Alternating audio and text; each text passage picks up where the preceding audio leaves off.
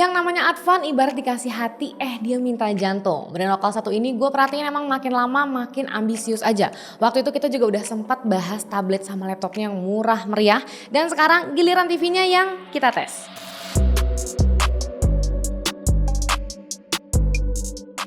Halo hai, balik lagi sama gue Ayu. Oke guys, jadi ini tuh Avaro T43A size 43 inci, harganya 2 jutaan. FYI, Avaro itu sub-brand dari Advan buat produk home appliance. Ngeluarin TV ini dari boxnya tuh effortless banget karena enteng. Di dalam boxnya ini kita dikasih kaki V yang pasaran, tapi yang ini cuma pakai satu baut aja. Karena kan biasanya pakai 2 baut tuh. Tapi pas dipasangin ini cukup kokoh sih, jadi no worries. Material TV-nya ini terbuat dari plastik tapi build quality-nya bagus. Pas dipegang kerasa lumayan kokoh dan cukup rapi. Kalau kita lihat ke depan, pas layarnya nyala, bezel kiri kanan atasnya juga tipis. Yang bawahnya mungkin agak ketebelan dikit sih. Speknya dia pakai chipset quad-core A55 1,45 GHz, GPU Mali 400, RAM 1 GB dengan storage 8 GB. Panelnya LED, resolusinya Full HD dan menariknya ini udah certified HDR. Kalau OS-nya ini Android TV basis Android 11. Pas dinyalain abis booting pertama tuh nggak ada setup apa-apa, langsung nampilin halaman homepage-nya. Dan surprisingly buat scroll-scroll UI-nya ini smooth ya, tampilan homepage ini juga udah dimodif, gak kayak stok Android TV. Jadi lebih easy to use buat dipakai sama semua anggota keluarga di rumah. Secara icon-icon ini juga lebih gede gitu. Nah, buat login akun Google-nya ternyata harus serba manual, gak bisa quick login lewat HP. Kita harus ke menu setting, terus ke menu account. Ya lumayan bikin jempol agak pegel aja sih jadinya. Dan yang gue notice juga ini wifi-nya ini cuma ada band 2,4 GHz, gak support 5 GHz. Kalau pilihan aplikasinya ini santuy ya, pasti cukup lengkap karena kan ini udah base-nya Android TV. Tapi khusus buat Netflix ini ternyata nggak bisa install biasa. Kita harus manual pakai USB flash disk. Ntar ya, gue infoin caranya, tapi sekarang gue coba pakai buat nonton dulu.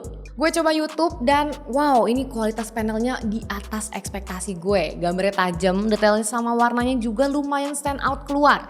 Dan di YouTube ini kita bisa muter optimal video HDR yang bikin experience nonton kita makin asik. Nah, buat install Netflix ini nih agak sedikit effort karena kalau install dari Play Store langsung itu bakal selalu crash.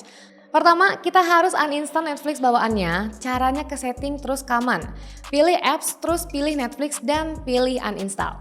Abis itu, kita harus download aplikasi File Commander and Fold di Google Play Store.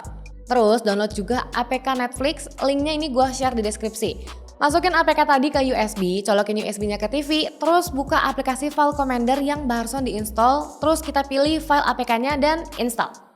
Nah nanti pas masuk ke aplikasi Netflix dia bakal kayak nge-freeze gitu. Nah di sini akan ada step lagi. Kita harus ubah mode remote ke mode mouse dengan cara tekan tombol dengan lambang magnifier di remote-nya. Pas di mode mouse ini kita baru bisa pilih profile. Terus nanti pas udah masuk gak bisa drag ke bawah. Di sini kita harus ubah sekali lagi ke mode drag state biar bisa scroll ke bawah. Terus buat pilih filmnya ini harus ubah lagi ke mode mouse-nya. Ya jadi emang rada ribet sih. Pas gue coba cek kompatibilitasnya, ternyata Smart TV ini cuma dapat Widefine L3 di Netflix dengan resolusi maksimal di SD aja. Ya sayang banget ya, walau gambarnya ini udah lumayan tajam tapi tetap aja berasa ada yang kurang gitu. Gue coba di aplikasi lain kayak Disney pun kualitas itu cuma mentok di 720p juga. Jadi berasa sayang juga ya kalau resolusi dan HDR ini nggak jalan maksimal di beberapa aplikasi. BTW Smart TV ini juga punya 2 speaker yang kualitasnya cukup oke buat harga 2 jutaan. Suaranya lantang dan cukup bulat. Cuma memang kurang ngasih efek surround aja pas nonton-nonton film. I/O ports ini juga cukup lengkap ya. Ada jack audio 3,5mm, 1 port RJ45, 1 port RF, 1 port koaksial, 3 port HDMI, 2 port USB-A dan 2 port AV. Kalau remote ini kita dapat yang standar aja ya. Dan belum support voice juga. Tapi TV-nya ini sih udah support ya. Kalau mau pakai yang voice juga bisa, kalian tinggal beli remote lagi yang support. Kalau misal mau pakai cuma buat nonton TV aja sih ini enak ya, udah support DVB-T2, nggak perlu lagi set-top box, cuma pasang antena aja udah bisa nangkep siaran.